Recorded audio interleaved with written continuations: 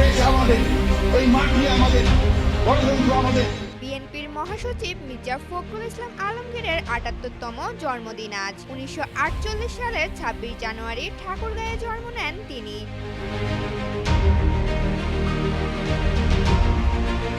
তার বাবার নাম মির্জা রুহুল আমিন এবং মাতা মির্জা ফাতেমা আমিন। শিক্ষা জীবনে ঢাকা বিশ্ববিদ্যালয় থেকে অর্থনীতিতে স্নাতক ও স্নাতকোত্তর ডিগ্রি অর্জন করেন। কেউ না বুঝলেও আমরা আপনার প্রয়োজন বুঝি, আর তাই তো অত্যাধুনিক ফিচার সম্বলিত বিভিন্ন সাইজ আর কালারের ২৫০টিরও বেশি ডিজাইন অপশন নিয়ে ওয়ালটন স্মার্ট ফ্রিজ বোঝে আপনার প্রয়োজন।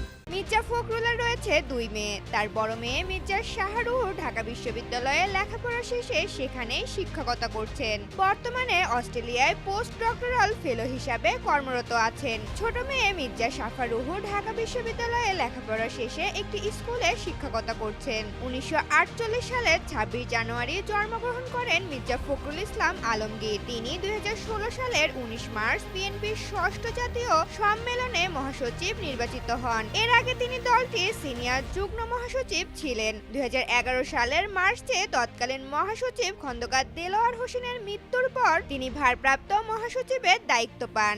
ঋতুপর্ণা, জনকণ্ঠ।